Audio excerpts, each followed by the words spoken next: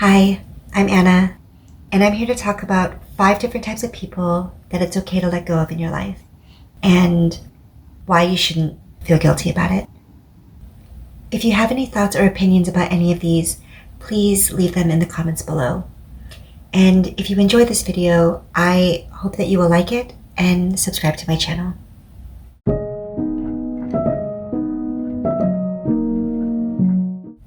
Let's say there's somebody in your life who regularly treats you poorly. Maybe they constantly speak to you disrespectfully. Other examples could be that they are super controlling, or they have no respect for your personal boundaries, or they love to gaslight you. To put it quite simply, they just treat you shittier than they treat everybody else. The problem is, you and this person may go back a long time. You might have an inventory of good memories of this person when they weren't quite so awful, and there's part of you that's hoping that they will go back and things will go back to the way that they used to be. You may also likely feel a sense of loyalty to this person and the history that the two of you may share. There's a good chance that this person senses this about you, and based on their actions either doesn't really think about it at all, value it very much, or they just assume that that loyalty is just going to be there forever. But focusing on your shared past when they are consistently messing with your present is not a fair trade. People change, relationships evolve, and even if the boundaries are going to look different for everyone, it is now my personal belief that loyalty should have its limits.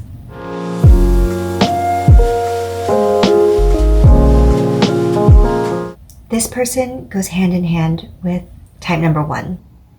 Type number 2 will be emotionally abusive in however many which ways, and maybe you've already set some limits and boundaries for yourself, which is fantastic.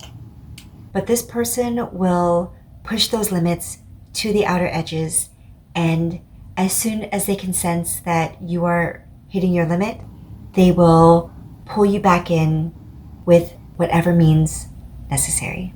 Maybe it will be by tugging at your heartstrings with painful stories from their childhood, or they'll make you feel guilty about what will happen to them if you were to leave, or they'll do some big grandiose gesture to show that they appreciate you, they love you, and they're changing. This person's past cannot be changed or undone, and only they have any modicum of control over their current and future behaviors. This is going to be true whether you stay or whether you leave. And it's not your responsibility to put up with emotional abuse, regardless of the origin stories or what will happen if you were to leave. As for grandiose gestures, as the saying goes, talk is cheap. And you know what? So are these. Buying someone an expensive gift or being nice for a week are easy things to do.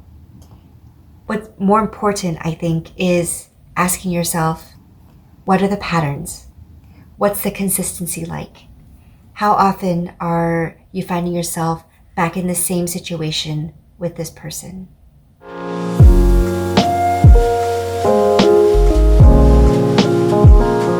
Whether it's your time, your energy, or some kind of physical resource, wherever you are, I would bet that you have encountered this person at least once in your life.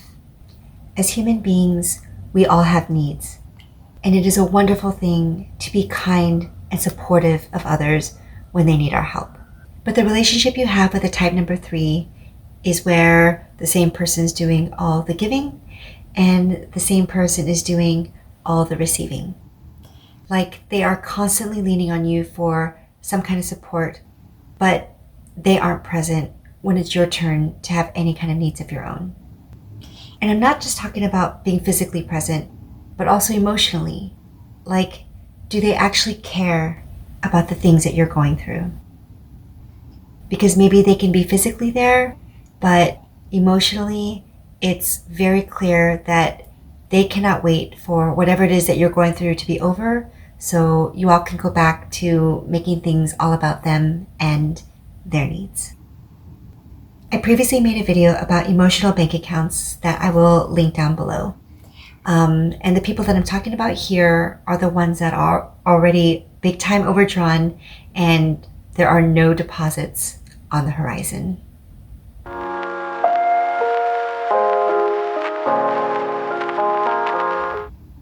Oof, this one is tough. Who doesn't want to support a friend who is there for you when you are struggling? People who truly care about you should, of course, be a source of support and comfort when you're going through difficult times. But a true friend is also somebody who should be genuinely happy for you when good things are happening in your life.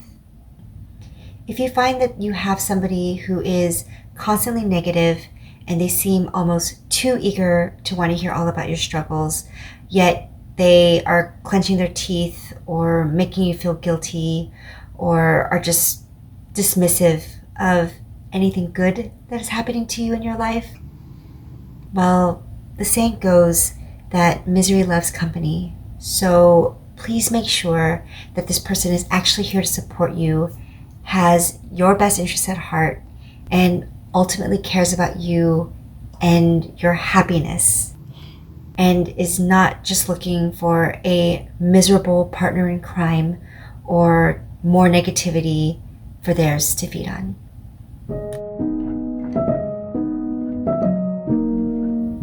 At its worst, this is the person who encourages you to engage in hardcore addictions and vices that are straight up dangerous to your life and your well-being.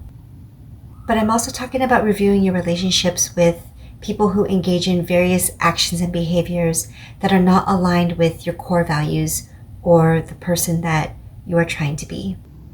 Whether it's mean-spirited gossiping, having a negative fixed mindset, or judgmental people who love to criticize others and cut them down, whatever it may be.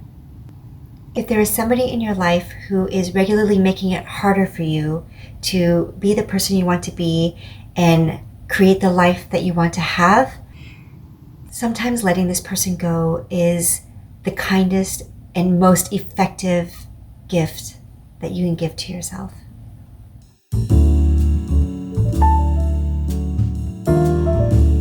I'm not saying to cut these or any people out of your life immediately and without question. If and when you choose to let any of these people go is, of course, completely your decision to make. But I do think it's worth taking note of red flags and seeing if these are one-off situations that could be written off as a fluke, or if these are recurring themes that you're seeing in your relationships with any of these people. Also, I want to take a moment to acknowledge that love is infinite. The love that you have to give throughout your lifetime never runs out. It simply expands. So running out of love is not the issue. However, the same cannot be said of your time and your energy.